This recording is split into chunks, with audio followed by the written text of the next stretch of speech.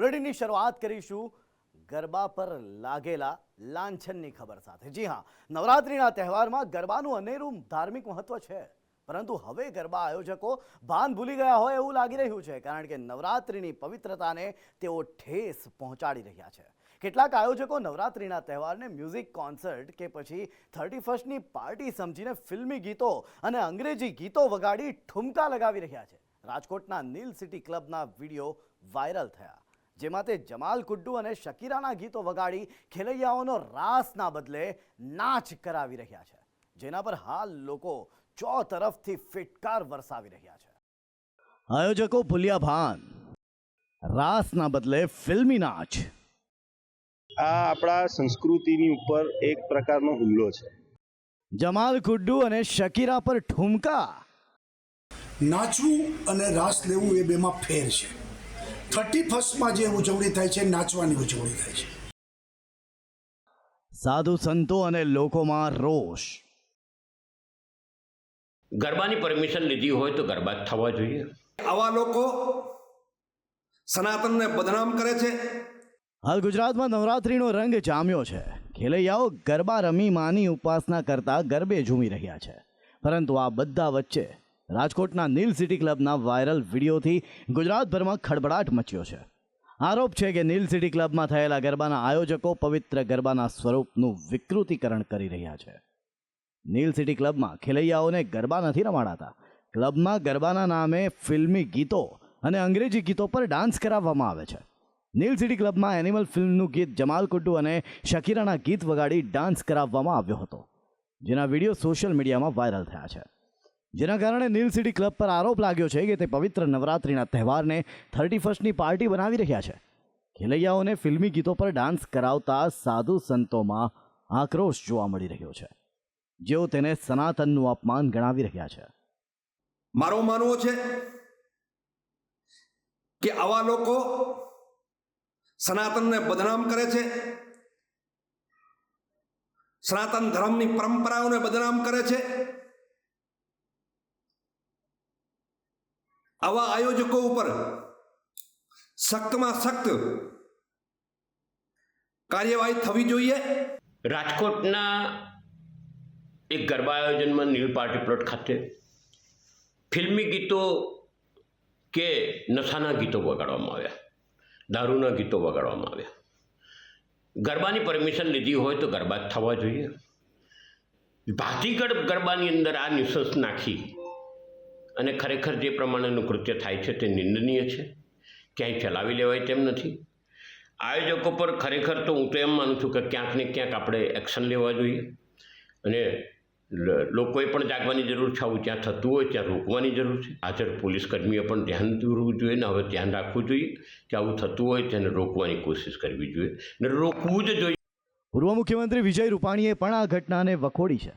વિજય રૂપાણી કહી રહ્યા છે કે નાચવું અને રાસ લેવું એ બેમાં ફેર છે, તે આયોજકોએ સમજવું જોઈએ। હાલ નવરાત્રિની ઉજવણી ચાલી રહી છે, 31st પાર્ટી નહીં। ભલે પ્રાચીન ગરબીઓની આજના સમયમાં અર્વાચીનો થાય, મોટી સંખ્યામાં યુવાનો ત્યાં આગળ આવે ને બધા રાસ લે। નાચવું અને રાસ લેવું એ બેમાં ફેર છે।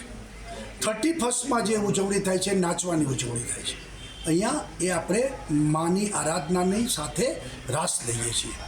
ત્યારે જે ગઈકાલે શકીરાના ડાન્સ અને આ પ્રકારનું જે પ્રકારે એક આયોજકે કર્યું છે, એને હું સખત શબ્દમાં વખોડું છું, અને નવી પેઢી એના ઉપર ખરાબ અસર પડે અને ભવિષ્યમાં પણ આપણું આ પ્રાચીન સંસ્કૃતિ અને પરંપરાને હિન્દુ સમાજની લાગણી ઘવાય, આ પ્રકારનું કોઈ પણ આયોજન ન થવું જોઈએ।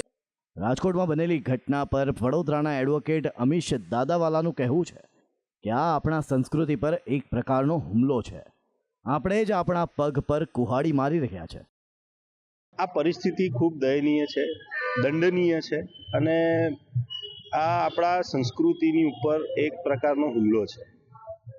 આપણી પાસે એ ઓપ્શન અવેલેબલ જ નથી હવે કે આપણે કોઈ બીજી પ્રજાને, બીજી કોઈ કમ્યુનિટીને, કોઈ કોમને કહી શકીએ।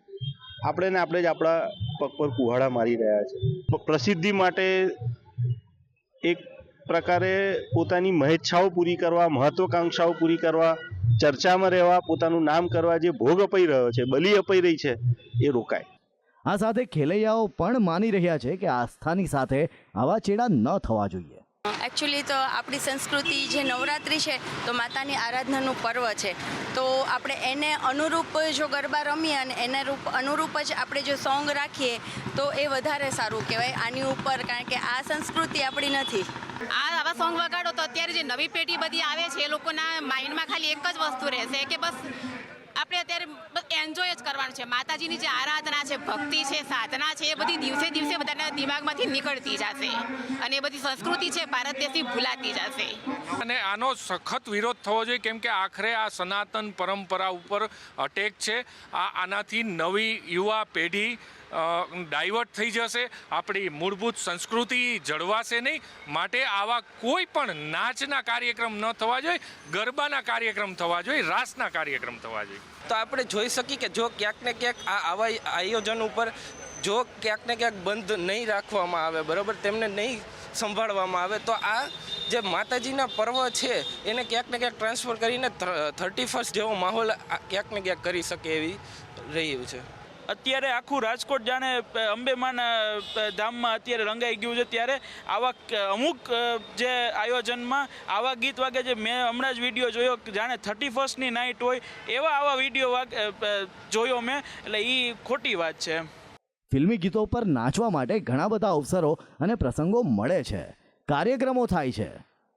કવિ દાદે આપણી સંસ્કૃતિ પર ખૂબ કીધું છે, શબ્દ એક શોધો ત્યાં સંહિતા નીકળે, કૂવો એક ખોદો તો આખી સરિતા નીકળે. જનક જેવા આવી હજુ જો હળ હાકે તો આ ધરતીમાંથી હજુ પણ સીતા નીકળે. હજુ ધબકે છે ક્યાંક લક્ષ્મણ રેખા કે રાવણ જેવા ત્યાંથી બીતા નીકળે. સાવ અલગ છે તાસીરા ભૂમિની કે મહાભારત વાવો ને ગીતા નીકળે. ખેર, હાલ નવરાત્રિના ખૂબ મોટા મોટા આયોજનો થઈ રહ્યા છે. ગુજરાતની સાથે દુનિયાભરમાં ગરબા રમાય છે, પરંતુ ગરબાની સાથે આવા અટકચાળા કોઈને પણ સહન થાય એમ નથી.